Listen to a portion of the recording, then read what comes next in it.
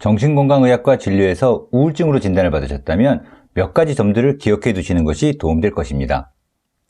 먼저 우울증은 매우 흔한 병이라는 사실입니다. 의사로부터 우울증이라는 진단을 받았다고 해서 그것이 반드시 아주 심각하고 남들은 걸리지 않는 드문 병에 걸린 것이라고 이해해서는 좋지 않습니다. 사람이 살면서 우울증에 걸릴 확률은 10에서 20% 정도 됩니다.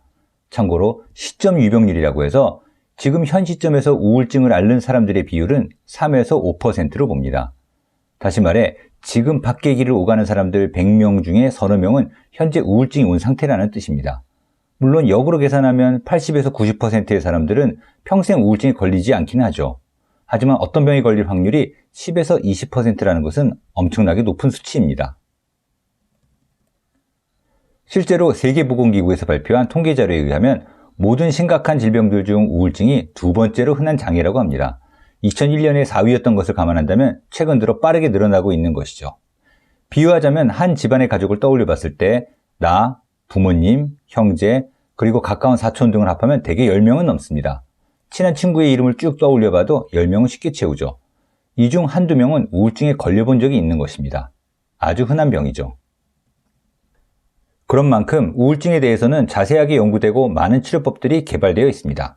항우울제라는 아주 효과적인 치료 약물들이 사용되고 있고 대화로 하는 상담 치료나 밝은 빛이나 자기장과 같은 물리적인 자극을 사용하는 치료법들도 있습니다. 우울증의 치료에 대해서는 다음에 좀 더 자세하게 설명드리겠습니다. 흔한 만큼 잘 치료될 수 있다는 좋은 소식과 더불어 다소 실망스러운 소식도 있습니다. 좋아지는데 다소 시간이 걸린다는 겁니다. 우울증은 감기나 배탈처럼 치료를 받는다고 며칠 내에 씻은 듯이 낫지는 않습니다. 그래서 종종 처음 진료를 받고 며칠 동안은 약을 복용해도 별로 나아지는 게 없다고 느껴지실 겁니다. 그렇다고 해서 실망하실 필요는 없습니다. 아마도 여러분들의 우울 증상이 시작된 지는 짧으면 몇 달, 길게는 몇 년 정도 될 것입니다. 그걸 감안한다면 치료 효과가 나타나는 데 걸리는 2, 3주 정도는 기다려 볼 만하지 않습니까? 두 번째 문제점은 항우울제가 매우 안전하기는 해도 다소의 불편감이 있긴 하다는 점입니다. 그래서 처음 약을 먹는 며칠 동안은 적응이 필요합니다. 가장 흔한 불편감은 위장장애입니다. 소화가 안 되거나 메스껍고 입맛이 떨어질 수 있습니다. 약마다 다르지만 대개 10명 중 두세 명 정도가 이런 불편감을 느낍니다.